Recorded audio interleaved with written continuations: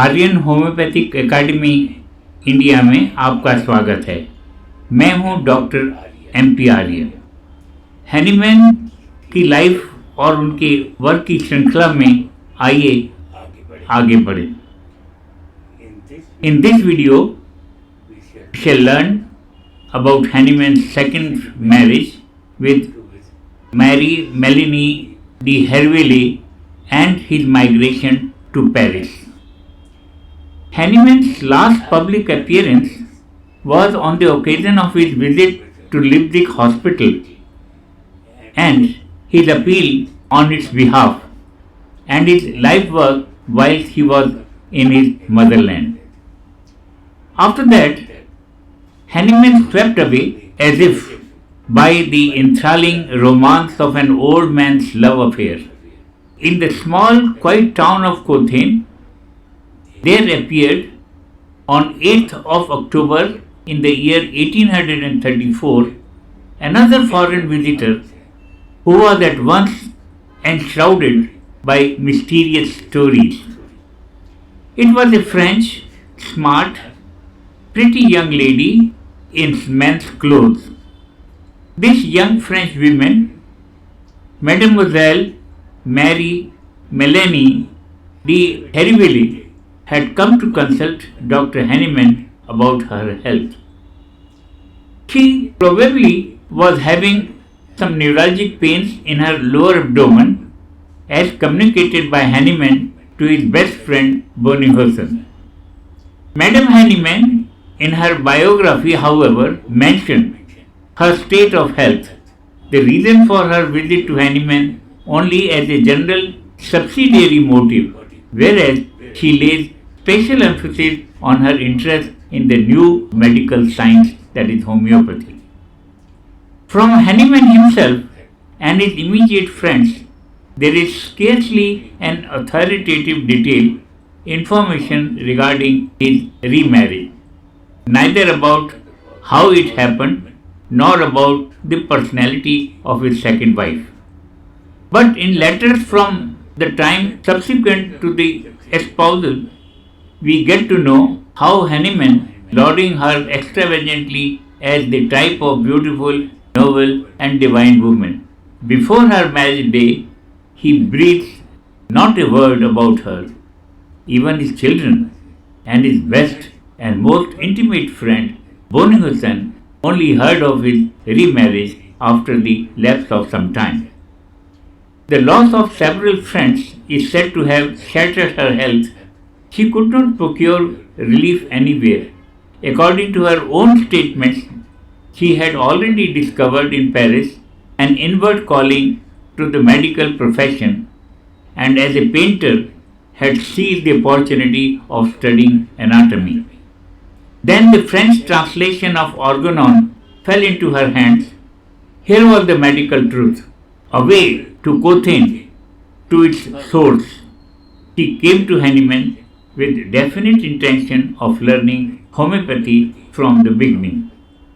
Hahnemann received this pretty young French woman with great friendliness, and I told, he talked with me a long time and suddenly conceived a deep friendship for me, relates Hahnemann's visitor.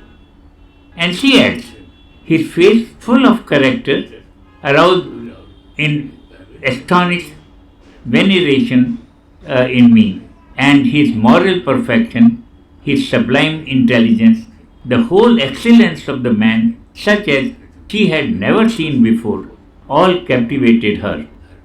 Hahnemann found a home for the charming young lady with an intimate friend of his to stay.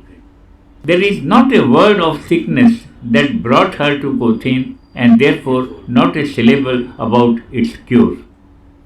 Hahnemann wanted to marry me, she tells us, and his friends who had learned to estimate my character at its true worth did their best to persuade me. Who can believe this story without any further detail? Let us imagine a man, physically and mentally well preserved, but 80 years old of age for all that, coupled with a charming young foreign lady of about 30 years of age. Is it likely that the old man will have courage and resolution enough serious to propose marriage to so young a lady, unless she approaches him fairly obviously, unless in French phrase he makes advances to him? It is surely precious coquetry when she says, "It was not the prospect of nursing an old man that frightened me, but I was afraid of losing him too soon and mourning for him so much that I should die of it."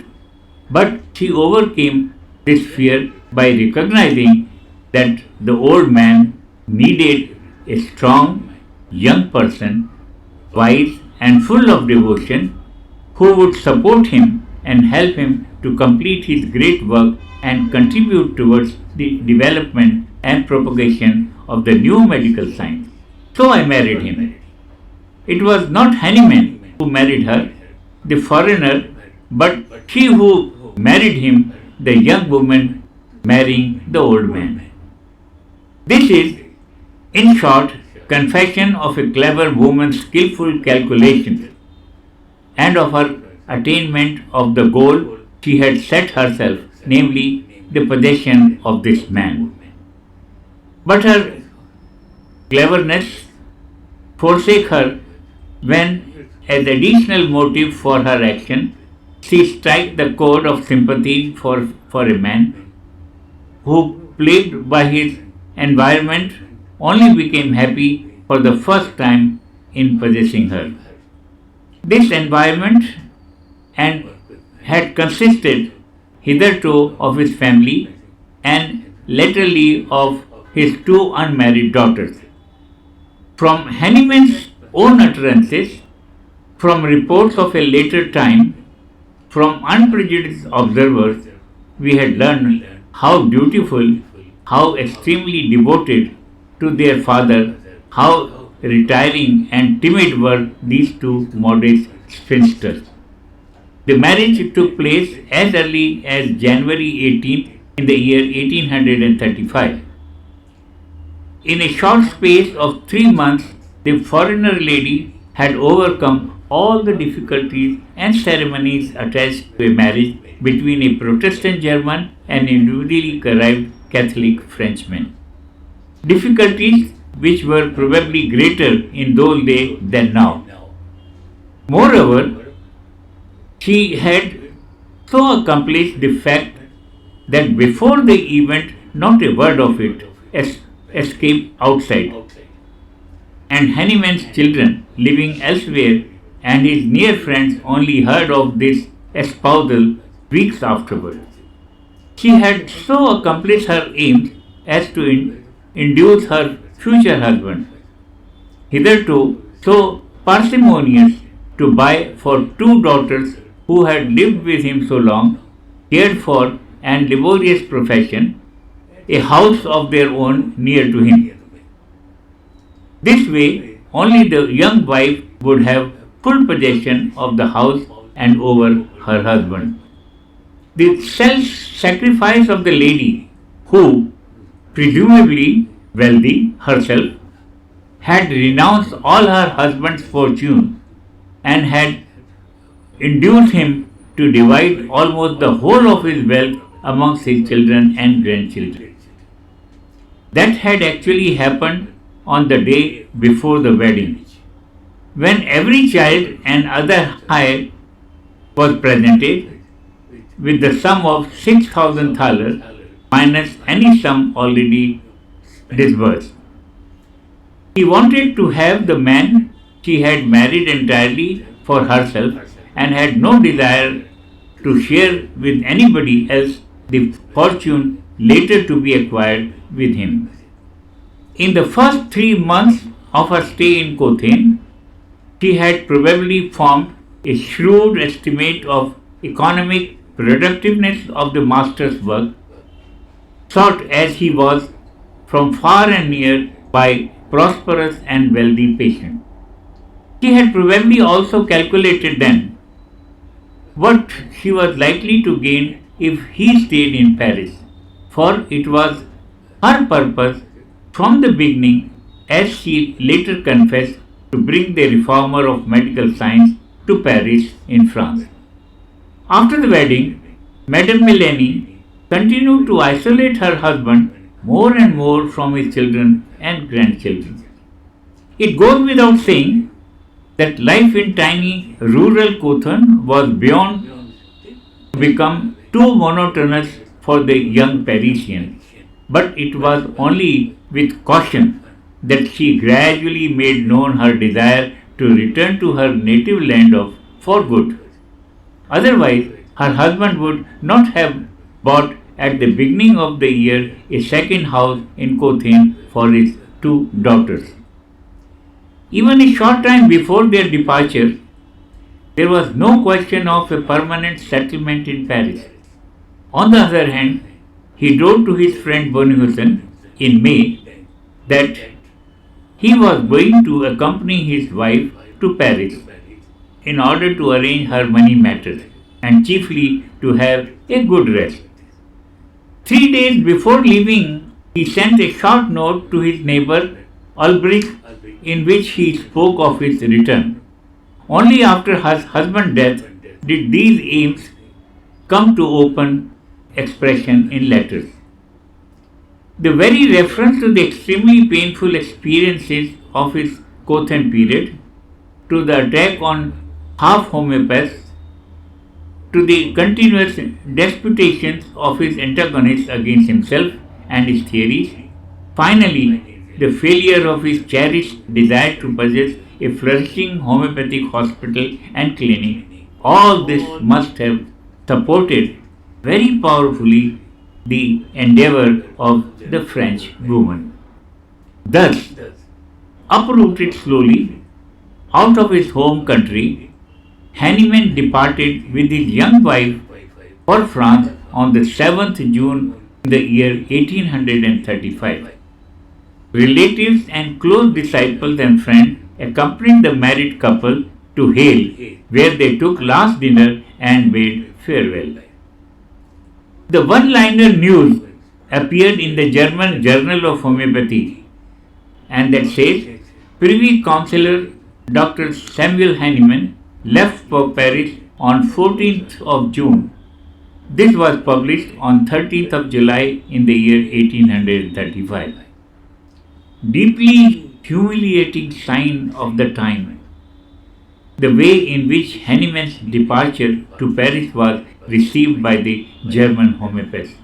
Not a word of regret or gratitude, no good wishes for him who had gone forever, no reference to his contribution, and no word for its importance. But, at any rate, the fact of a long journey being made by a man 80 years old and celebrated as he was ought to have given rise to a few words of appreciation of so famous a venture as his life's work. Even when, at the end of August, Hahnemann announced that he would not be returning to Germany in the near future, there was no mention in the homeopathic journal of the home country of this significant event. So estranged had the hermits of Cothen become from the homeopathic movements in Germany and particularly from its medical members. By his harsh attacks on those who diverged from his opinions in one way or another, by his complete retirement from the intercourse of homeopathic physicians among themselves and from their activities as corporations, by his almost total cessation of every kind of literary publication and collaboration in the existing homeopathic journal during the last year of his stay in Cothen period, by exclusive devotion to his medical practice, which afforded him opportunity only for correspondence with a few friends. By reason of all this, he had lost close connection with the forward movement in homeopathy, which was declining itself with vigor in the press and in assemblies in his own town. Unfortunately, he had already passed away from German homeopath while he was still working and living in Germany. This regrettable fact stood out in the more unpleasant contrast as he, a foreigner, was welcomed by French homeopaths with animation and warmth. Although Hahnemann himself is largely to blame, this contrast must remain a disgrace for the German homeopaths of this time. The journey to Paris was completed in short daily stretches. Care had to be taken to preserve the vitality of this octogenarian traveller who 6 years previously had declined an invitation to Nuremberg from his sponsorer and friend staff for this reason of his old age. It goes to prove that what a strong influence the young wife had over the old man with his regular set habits. It shows also the methodical persistence with which she guided and held him to her purpose. The old man took it all with loving care. On June 21st, year 1835, the pair arrived in Paris amidst extreme heat, and in the city on the scenes it can be particularly oppressive. Madame Melanie had reserved her apartment before leaving the city, which is a proof that she had always reckoned on returning to Paris. This apartment at number 26 Rue de Saint-Pare was situated in the middle of Old Paris to the south of River Seine, where many public buildings had been erected: École des Beaux-Arts, Hospital de la Charité, Medical Academy, Marine Depot, and Artillery Museum, etc. But it was soon felt by both parties that a single lady's apartment was not adequate for a family home. A few weeks later, a more suitable dwelling place was founded in Rue de Madame number 7, half a mile further to the south and the western end of the Luxembourg Park. Before Hahnemann's appearance, homeopathy had already set foot on Paris soil. In 1834, a homeopathic association had been formed there under the name of Institute Homeopathique. In the same year, Leon Simon Sr. and Dr. Curie Sr. published the journal entitled Journal de la Médecine Homéopathique, and Dr. Jordan began with publication of the Archives de la Médecine Homéopathique at the same time. Hahnemann's reputation had been continuously growing in various parts of France.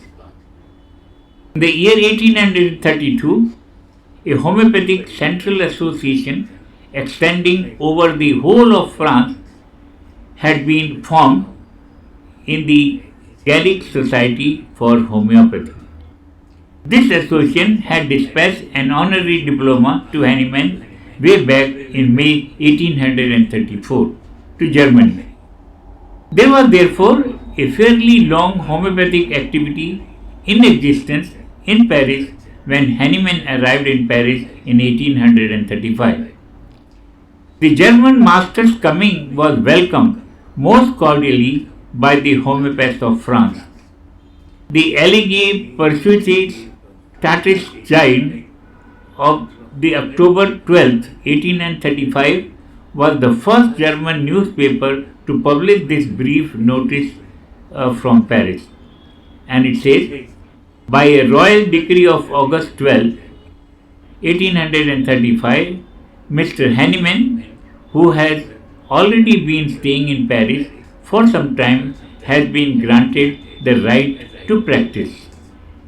The Gallic Homeopathic Society called its second meeting which was held for 3 days between September 15 to September 17.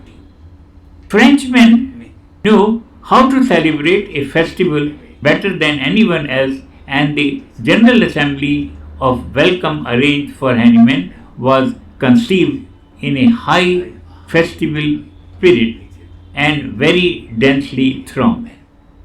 For it had announced that Hahnemann himself would appear at the gathering, and that one would therefore see this celebrated and fearless German reformer of 80 years of age, who had just married a Parisian member of the society, not yet in her 36th year, and hear him speak. At the beginning of the first festive day, the Hahnemanns were driven to the assembly in two magnificent coaches. Grey-haired old master was appointed as the president of the function. Representative chairman of the society, Dr. Leon Simon Sr., welcomed the guest. The chairman of the society, Dr. Pierre Differences, spoke about homeopathy in France and the achievements of the society. With his eloquent speech, he invited Dr. Hahnemann to say a few words. During this assembly, Hahnemann was elected as honorary president of the association for life, and he was to take always the seat of honor, and in his absence the chair will remain unoccupied. The longingly awaited rest which he had hoped for was not to be. It lasted for only few weeks. For it was not part of the young wife's scheme, who had not married this old hare merely to cherish him, but play a public part in the life of Paris once more, to become a physician and actually to be that lady doctor who had to act as she acted. Hahnemann set up his practice in Paris under the persuading influence of his wife. In the more intimate circle of his friends in Paris, the prominent opinion was that Hahnemann would now proceed to enjoy the otium cum dignitary so well merited at his age, would not enter into any extensive professional practice, but would mainly devote himself to writing, as he had announced at this festival's speech. Above all, the French homeopaths looked forward to a defense of homeopathy and frustration of the allopathic attacks, which were not scarce at that time in France. Madame Melanie seemed to have promised them this at first, but soon, however, the extremely active and businesslike women must have realized that the writing of books was less profitable than the practice of the medical profession by celebrated men. Consequently, Hahnemann's literary work was interrupted under the belated plea that the truth of homeopathy could be better proved by cures than by merely writing.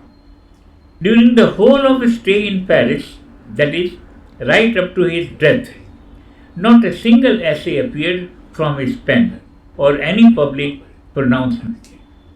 Madame Melanie gradually led her husband back to medical activity.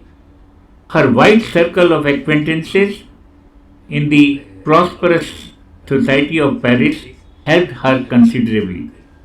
What could not have been successfully achieved so soon and to such an extent by the German physician, even with Hahnemann's name and reputation, was brought about by this beautiful young wife who was so well known. As a result, the practice was soon very extensive.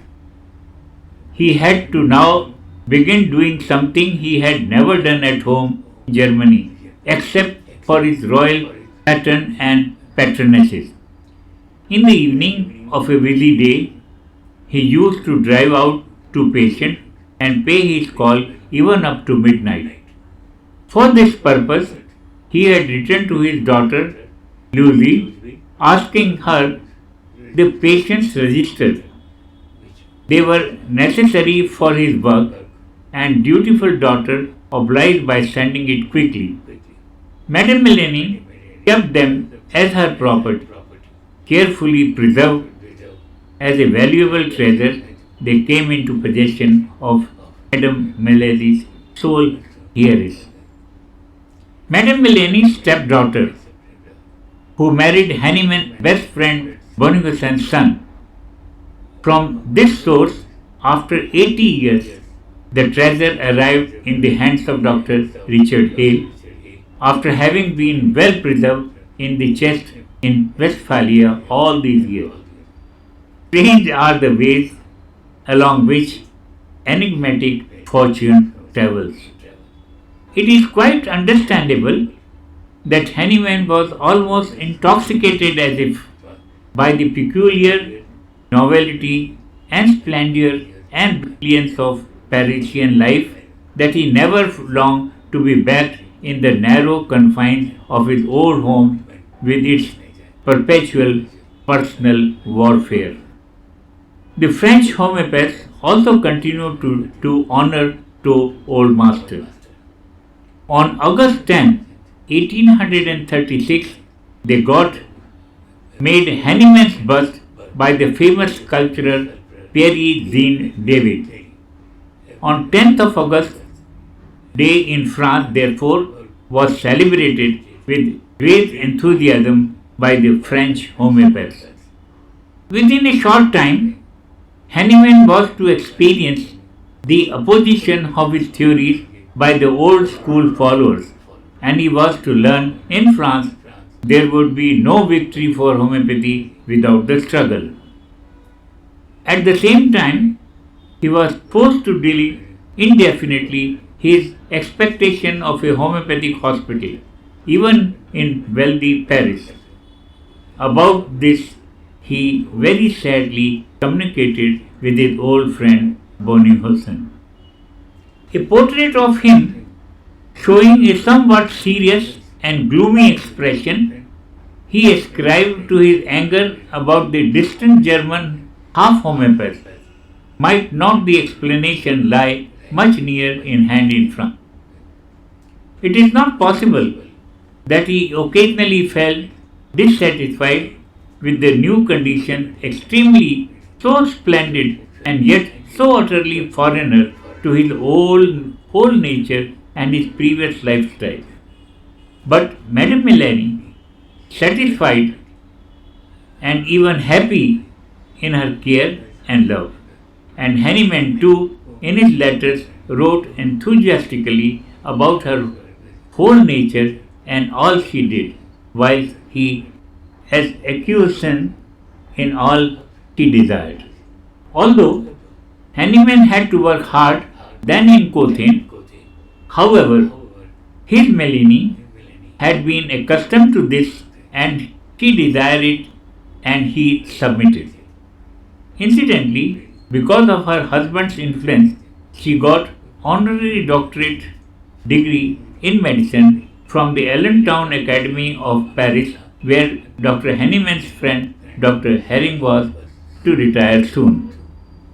इस अंक में इतना ही. अगले अंक में हम कुछ और